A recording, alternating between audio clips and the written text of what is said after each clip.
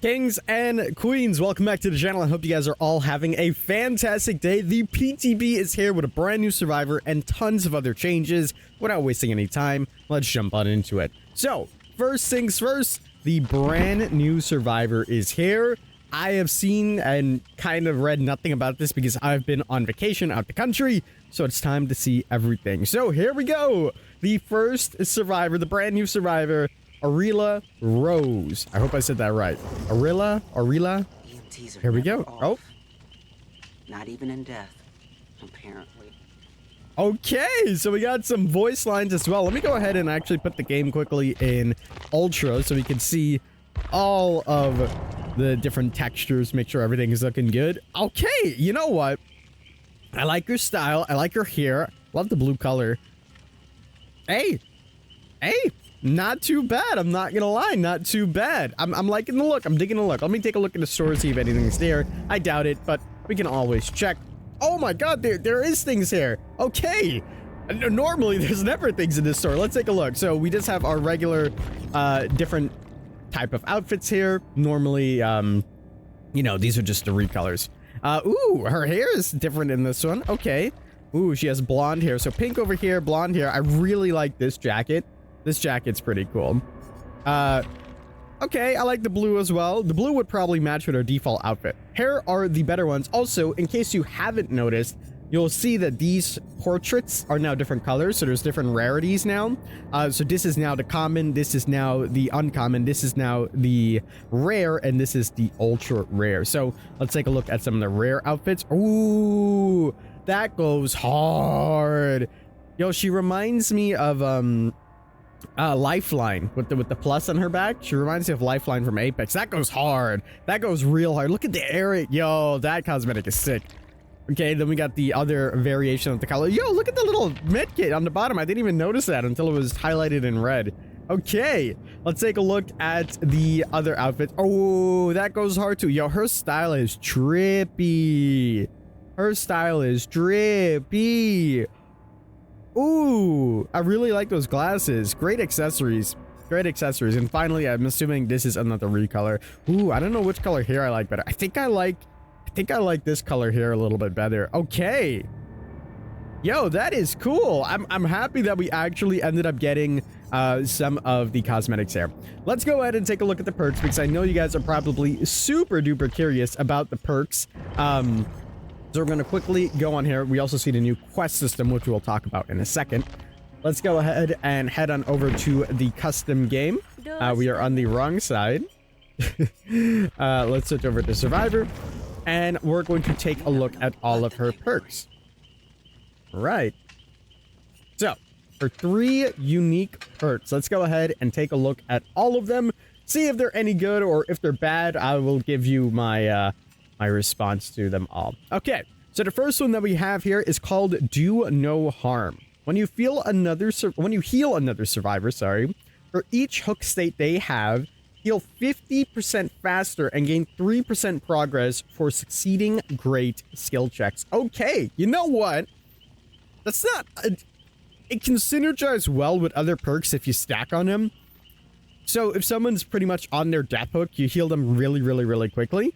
And if you combine this, like, We're Gonna Live Forever or Botany or anything like that, like, you're gonna be healing them really quickly. And potentially this could be a game changer if the killer's right around the corner. So you unhook them, heal them really quickly. Could be a pretty good change. Could be a pretty good perk. It definitely is a perk that will need to synergize with other perks, though, I feel. So the worse your teammates are doing, essentially, the better this perk will affect them, which is a good thing, because you could be a team player. Next on the list, we have Duty of Care. Okay. When you take a protection hit while healthy, all other survivors within 16 meters gain 25% haste for 15 seconds. Okay. That's not a bad one either, to be honest with you.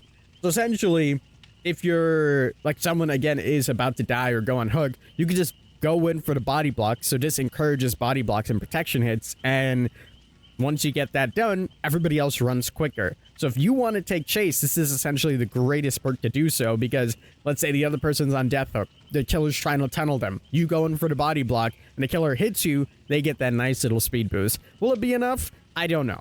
It doesn't make you exhausted, so this is probably why they made a change to haste and hindered stacking, for example. Because imagine this perk combined with like sprint burst, you cue them at the same time, boom, you're gone. So this only will work, obviously, when you have no other haste effect on you. Finally, we have Rapid Response. I love all of these names, by the way, because I believe she's a paramedic. We'll take a look at that in the lore in a second. We have Rapid Response.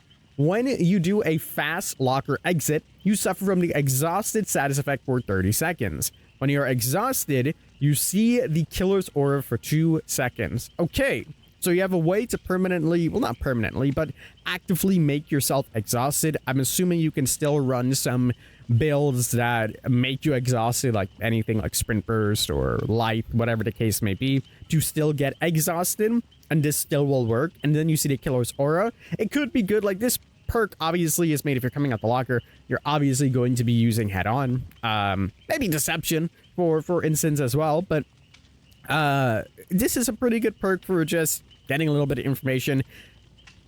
I've never been a fan of like the head-on builds personally, so it's not something that I personally would use, but I can see it being added to the kit, and you're like, okay, if you're using it for information build where you're just trying to get a lot of information, this is another good one to do so. So overall, these 3 perks, they're okay. They're okay. Some of them are a little bit mid, but overall, they're not terrible. So we've seen the outfits, we've seen the perks. Now it is time to take a look at her lore.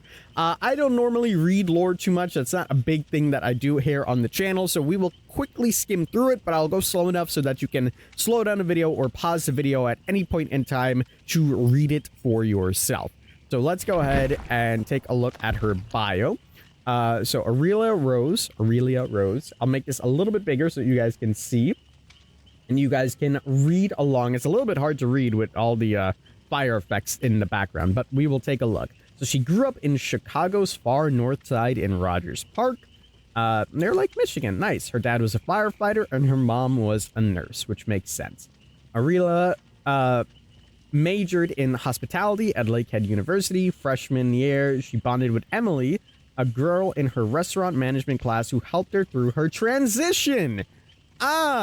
So it is 100% confirmed that she is indeed transgender. Nice! Getting some more representation in the game. That has been a big speculative point about this chapter, so that's awesome. So we got more confirmed representation in the game. Let's go! This is something that I talked about in my dev interview not too long ago, and no wonder they kept it so down. Like, they kept it on wraps. They didn't say anything about it, so here we go. That's pretty awesome. I'm going to go ahead and skim through this. Also, look at this. Recordings of an old podcast called All Things Wicked the Night. The host, Sable Ward. Okay, well, I'm going to quickly just slowly try to scroll through all of this for you. And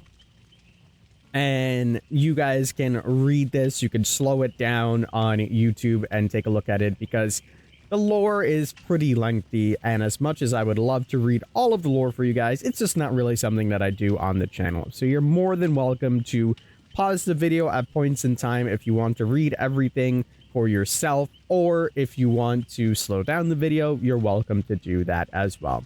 I do want to say thank you guys again for all the support recently on all of my videos. I've been out the country, so I haven't been able to fully indulge in all the conversations, but I appreciate you all nonetheless. So thank you. Still got the Hot Ones interview and all those things coming up, and I got one cool surprise to share with you guys. There you go. That's all of the lore. You guys will be able to pause and read. The one cool surprise that I have for you guys is I got an Ari the Lion plush, and this will be available very soon. I'm still waiting on some final things, and you guys will be able to get your hands potentially on this. And I'm working with another company too to make some more plush and cool things. And the final cool announcement is that I am 100% indeed going to PAX East this year. So hopefully I will see you guys there. It's going to be cool. I'm going to be at the DVD booth playing a lot of Killer. They have me slotted for every single day. And I am going to be doing a meet and greet as well on Friday at 1:30. So hopefully I see you guys at PAX East. But yeah, I'm going to head over to Twitch. That's going to do it for me. We're going to actually play the Survivor, take a look at all the perks and everything like that in action. As always, I'm the King. I did my crown to you guys, and we'll see you in the fog.